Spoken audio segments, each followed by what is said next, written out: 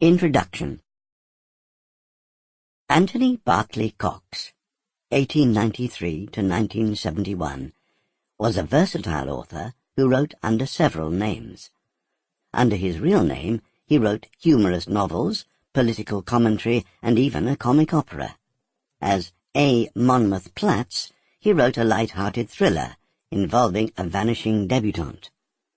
As Francis Iles, he wrote the groundbreaking psychological crime novels Malice Aforethought, 1931, and Before the Fact, 1932.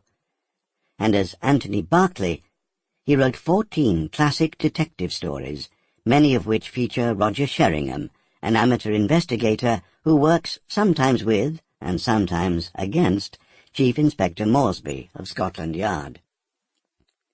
In some senses, Anthony Berkeley was Roger Sheringham. At the very least, the two have much in common. Roger, like his creator, was the son of a doctor, and born in a small English provincial town. Both went to public school, and then to Oxford, where Berkeley achieved a third class in classics, and Roger a second in classics and history. Both served in the First World War. Berkeley was invalided out of the army, with his health permanently impaired, while Roger was wounded twice not very seriously.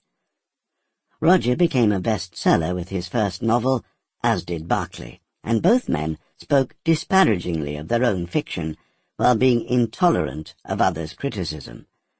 Against this background, Berkeley's comment that Sheringham was founded on an offensive person I once knew is likely to have been an example of the writer's often noted peculiar sense of humour. Humour, and above all ingenuity, are the hallmark of Berkeley's crime fiction. While many of his contemporaries concentrated on finding ever more improbable means of dispatching victims and ever more implausible means of establishing an alibi, Berkeley focused on turning established conventions of the crime and mystery genre upside down.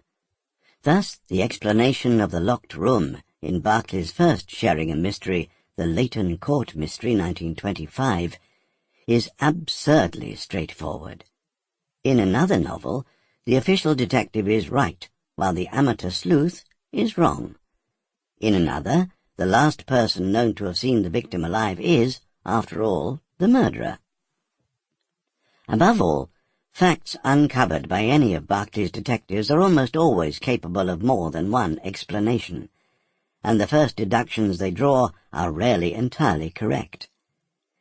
In this respect, Berkeley clearly took some of his inspiration from certain historical crimes, particularly those whose solution has never been clear-cut, and where the facts, such as they are, routinely offer more than one possible explanation.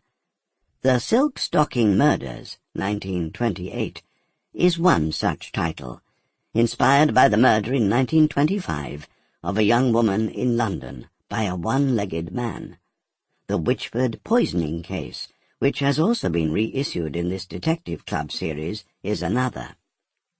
In all, Roger Sheringham appears in 10 novel-length mysteries, one of which Berkeley dedicated to himself, and Sheringham is also mentioned in passing in 2 other novels, The Piccadilly Murder, 1929, and Trial and Error, 1937.